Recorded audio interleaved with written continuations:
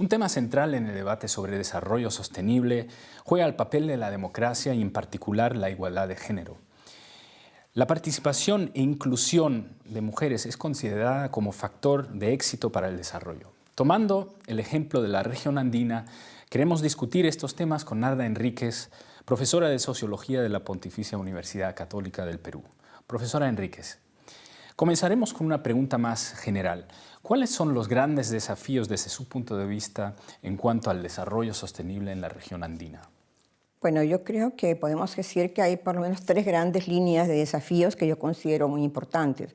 Uno tiene que ver con algo que ya es estructural, que es el asunto de la pobreza y que en el Perú se ha reducido en los últimos años de manera significativa, sobre todo con el crecimiento económico sostenido que ha habido, por un crecimiento económico que tiene que ver con el boom de los precios de los minerales. Entonces, ¿cuán sostenido es una pregunta, y cuánto ha redistribuido y ha permitido que se crezca en servicios? Creo que hemos constatado que eso ha sido muy poco. Entonces, sí se ha reducido un poco la pobreza, pero las desigualdades se han mantenido. Y lamentablemente hay un amplio sector de la población que sigue estando excluida de los beneficios de ese crecimiento económico. Y a eso podemos decir que principalmente son las poblaciones indígenas, las poblaciones de las zonas altoandinas, y también dentro de los sectores que tienen acceso a servicios, a las familias urbanas en zonas periféricas, y dentro del otro eje importante es el eje de la discriminación, ¿no? Cuando hablamos de discriminación me refiero principalmente a las mujeres, pero también a las mujeres de zonas indígenas. Hay una colega que ha estudiado la situación de las mujeres en los Andes, por ejemplo, y se habla de que las mujeres son más indias, porque los propios comuneros de las zonas indígenas las consideran más indias, aquellas que no han salido de la comunidad, aquellas que siguen las tradiciones locales. Entonces hay una discriminación dentro de las propias comunidades y de las poblaciones urbanas hacia la sierra. Entonces hay una racialización, digamos así, de los problemas sociales que se ve reflejada en esa discriminación. Entonces ese es el segundo gran eje, la discriminación de orden cultural, que se refleja también en que se reproducen las desigualdades sociales. Entonces hay una convergencia de las cuestiones étnico-culturales y económico-sociales. Y lo tercero, creo yo, que tiene que ver con, de alguna manera, cómo hemos pensado que somos un país, una nación, o cómo nos hemos pensado nosotros mismos como peruanos. Por ejemplo, lo que corresponde al territorio amazónico ha sido pensado hasta hace 15 años como un territorio vacío. El país vivía de espaldas a la Amazonía, primero de espaldas a la sierra, después de espaldas a la Amazonía. Entonces hemos tenido una imagen dependiente de una mirada hacia afuera del país, una construcción que las élites han reforzado, las élites y los gobiernos en el pasado han reforzado sobre esta mirada a un país mirando hacia el extranjero y no mirando hacia adentro. Entonces hay una, digamos, forma de conocimiento y de aprendizaje de nosotros mismos que podemos decir que tiene un legado histórico en el pasado colonial, pero también en una cultura política autoritaria que se está reforzando en el Perú y que está creciendo muchísimo. Volviendo un poco al aspecto que mencionó sobre la discriminación, vamos a hablar más tarde también de otros grupos como los grupos indígenas, pero quiero volver al tema de género. La igualdad de género parece representar un aspecto importante en el debate sobre el desarrollo sostenible. ¿Por qué es tan importante? Hay varias evidencias de que las brechas de género, es las desigualdades entre varones y mujeres, pero también entre mujeres de sectores altos, no se han superado cuando se refiere, por ejemplo, al esfuerzo que tiene que poner, y yo creo que hay una dimensión de ese problema que es general a todos los países, que es que una mujer tiene que esforzarse mucho más para poder tener éxito, tanto en el trabajo cotidiano como en la academia. En la universidad también se reproduce eso. Hay estudios recientes sobre el tiempo que cuesta, el tiempo de estudios más largos para una mujer acceder a un título de maestría o de doctorado.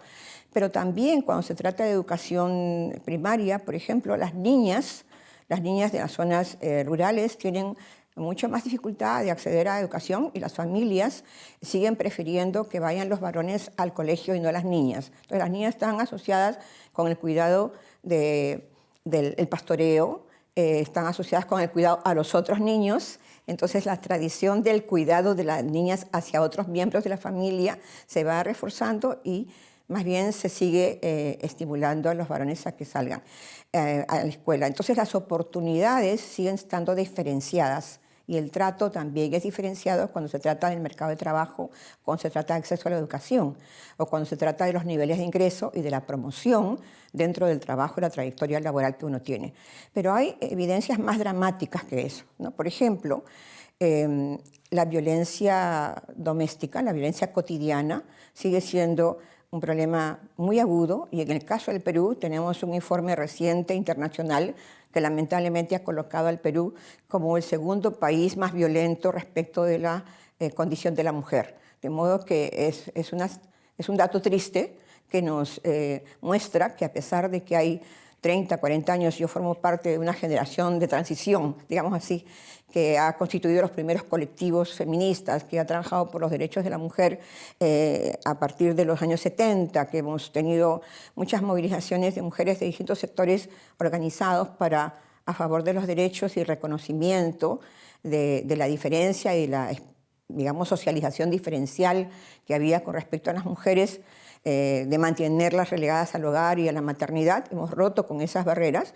Se logró que haya una ley contra la violencia en los años 90, o sea, y se hicieron pasos muy importantes, pero a la vez se sigue reproduciendo las creencias el comportamiento machista, el reforzamiento de algunas iglesias conservadoras respecto del papel de la mujer, que tiene que ver con los niños, con la reproducción, con la maternidad, y no tanto de permitirle un desarrollo más autónomo. Estas posiciones conservadoras se han visto fortalecidas y creo que se expresa en este comportamiento más individualista también, porque hay en este momento junto con la expansión de las industrias extractivas, ha venido el incentivo a mercados y a competencias individualistas y acceso muy fácil a consumo por distintos circuitos. Entonces hay transformaciones importantes en las expectativas de las nuevas generaciones de acceso a consumo y hay frustración. Y creo que eso se refleja cuando no se puede también en comportamientos violentos y autoritarios respecto a los que pueden tratar mal, ¿no? ¿Y quiénes son aquellos? Ancianos, niños y mujeres. Entonces, en cuanto a violencia cotidiana y violencia doméstica, los índices son muy altos y hay una gran preocupación. A eso se suma la experiencia trágica que hemos tenido del conflicto armado, que es un periodo de violencia política en el que tuvimos primero las acciones armadas de Sendero, y incursiones en diversos lugares, principalmente en zonas de la sierra, en comunidades campesinas. Y como parte de ese proceso también hubo intervenciones militares. Y en los dos casos, todos los actores de la guerra han cometido violencia sexual, principalmente contra mujeres, pero también contra varones, y eso fue documentado en el informe de la Comisión de la Verdad. Era un tema silenciado, el de la violencia sexual en el conflicto armado, pero el informe de Comisión de la Verdad lo pone no solamente la violencia, sino la violación sexual. Y la violación acompañada a veces de masacres y de tortura. Eso ha sido, creo que es uno de los primeros informes que da cuenta con datos y con testimonios que no son en este caso de las víctimas, sino de los testigos o de los propios testigos de los soldados del ejército que han narrado esos testimonios, o de mujeres y familiares que han sido obligadas a ver lo que pasaba. Entonces, las Fuerzas Armadas lamentablemente son responsables del 80%, del 83% de esa violencia sexual. Por eso es que hay juicios en este momento y ha habido violaciones sexuales masivas. Y hay casos paradigmáticos que están siendo llevados al Tribunal de Justicia. Entonces, la justicia y el acceso a la justicia para mujeres es un elemento de una profunda desigualdad. Las mujeres de zonas altoandinas que han sufrido esto sienten que el Estado está muy lejos, que les es ajeno, y eso ha ido reforzando el lazo de la continuidad de la violencia, ¿no? La pobreza, la violencia cotidiana y la violencia política. Usted ahora ya amplió el panorama y yo quisiera preguntar, Bueno, la igualdad de género se entrelaza con todos estos temas, otros temas que mencionó, que son temas de justicia social, sobre todo. Si hablamos de desarrollo sostenible, en los países andinos tenemos que hablar también sobre violencia, como lo mencionó ahora, sobre conflicto armado y, por supuesto, sobre los pueblos indígenas. ¿Dónde ve usted los puntos de contacto de estas temáticas con la cuestión del desarrollo sostenible? Bueno, hay varios. Uno es lo que acabo de decir sobre, entiendo la justicia social y me parece que es una noción que debe acompañar el desarrollo sostenible. Entiendo la justicia social como aquella que va a garantizar el bienestar de los seres humanos. El eje del desarrollo tiene que ser la vida y el bienestar de los seres humanos. Yo hablo de la condición humana, cómo garantizamos ese bienestar de la condición humana, ¿no? Los estudios de género han puesto el acento en la persona que tiene un cuerpo, que tiene un rostro, que tiene una mente, que siente, mientras que muchas veces se habla de la economía y los productos, ¿no? Pero uno de los principales, el eje de la dinámica de todo eso es la vida que produce esos productos. Entonces, pensar el desarrollo en función de las condiciones de vida de las personas. Eso es lo que yo creo que une lo que yo estoy diciendo. Y en términos de justicia, vemos la justicia por lo menos de tres aspectos que a mí me parecen muy importantes en los últimos años en el Perú. Uno es la justicia social, de la cual hemos hablado un poquito. El otro, y que se expresa en una demanda de reconocimiento. O sea, como las élites han vivido de espaldas al resto del país, en el Perú no tenemos una coalición política que reconozca en igualdad de términos a las poblaciones andinas o a las poblaciones amazónicas. Eso ha ocurrido, por ejemplo, podemos criticar el régimen político de Bolivia, pero hay una coalición política que incluye poblaciones indígenas en Bolivia. El Perú no ha tenido eso. Entonces, el Perú sigue siendo una coalición que excluye un amplio sector de la población en términos políticos. Entonces, la vida política institucional ha sido construida de manera muy excluyente. Y esto es parte de lo que todavía está bloqueado en el Perú, o sea, instituciones excluyentes. Entonces, una parte es la justicia social y el bienestar, como he dicho, otra parte es lo que tiene que ver con las instituciones. La institucionalidad es una institucionalidad precaria y excluyente.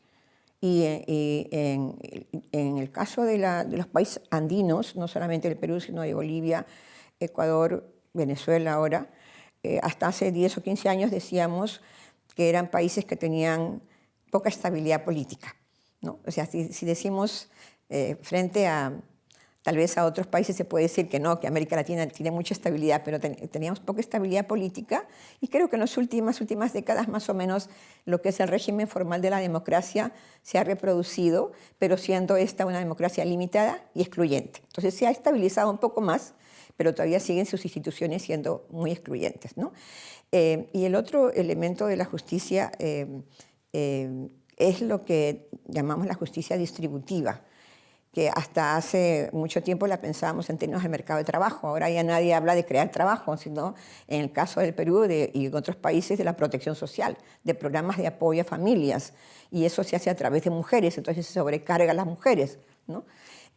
Pensando que esos apoyos van a permitir mejorar, pero son apoyos que hacen depender a las familias de una asistencia social. No hay una condición de que puedan tener más autonomía. Entonces, esa justicia redistributiva, que antes estaba pensada en términos de mejor acceso al mercado de trabajo, hoy está pensada en términos de apoyo social y se ha obviado, se ha omitido lo que tiene que ver con el territorio. Creo que el gran cambio que vive América Latina, en particular los países andinos hoy día, es que el territorio es un campo de disputa, como la memoria, y que parte de esa disputa son nuevos sujetos sociales que estaban allí en nuestros países, pero que no tenían voz ni tenían agencia reconocida y que la han ido logrando en el caso del Perú con mucha protesta social.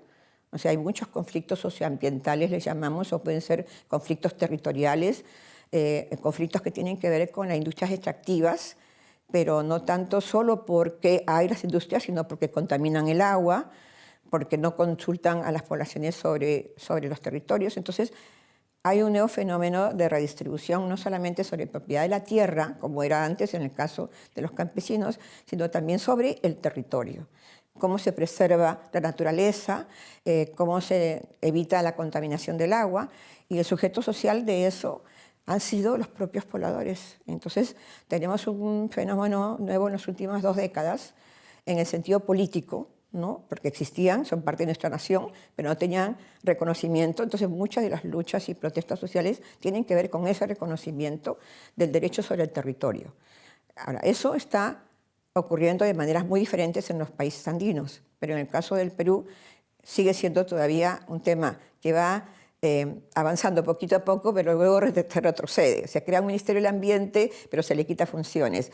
Se hace concesiones, pero a la vez todo lo que tiene que ver con el agua, por ejemplo, la contaminación, no logra atravesar el puente de reconocimiento en el Congreso para que se den las leyes adecuadas de regulación que necesitamos. Entonces creo que para efectos de la democracia en nuestros países tenemos por un lado, primero, la necesidad de ese reconocimiento, haciendo una síntesis histórico, que es una deuda histórica con estas poblaciones, con las mujeres, con las poblaciones indígenas, ahora con el tema de la diversidad sexual, que también hay un gran debate en este momento, un movimiento muy agresivo en contra del reconocimiento de la diversidad. Estaban en las escuelas ya establecidas ciertas pautas para esa tolerancia y se están modificando. En fin, tenemos entonces un contexto de problemas de falta de reconocimiento que los propios sujetos sociales siguen peleando por ello. Las mujeres seguimos actuando a favor de nuestros derechos a pesar de que hay leyes que establecen las normas de protección, no se llegan a cumplir. Y luego está el asunto del crecimiento de posiciones conservadoras en la política peruana, y creo que eso, como decía, tiene que ver también con algún momento de transición de cómo las nuevas generaciones se van incorporando a la vida moderna, a la modernidad, en una condición de competitividad, de urbanización salvaje. Yo diría, de alguna manera estamos viviendo esa etapa en las nuevas generaciones. A la vez, creo que lo auspicioso de todo eso es que hay marcos legales, nacionales e internacionales, y para el Perú ha sido muy importante el nexo con los movimientos de derechos humanos internacionales. En todas estas décadas de las cuales estoy hablando, desde el conflicto armado hasta ahora con las industrias extractivas, ese circuito global de derechos humanos es muy importante. Profesora Enríquez, muchas gracias por la conversación.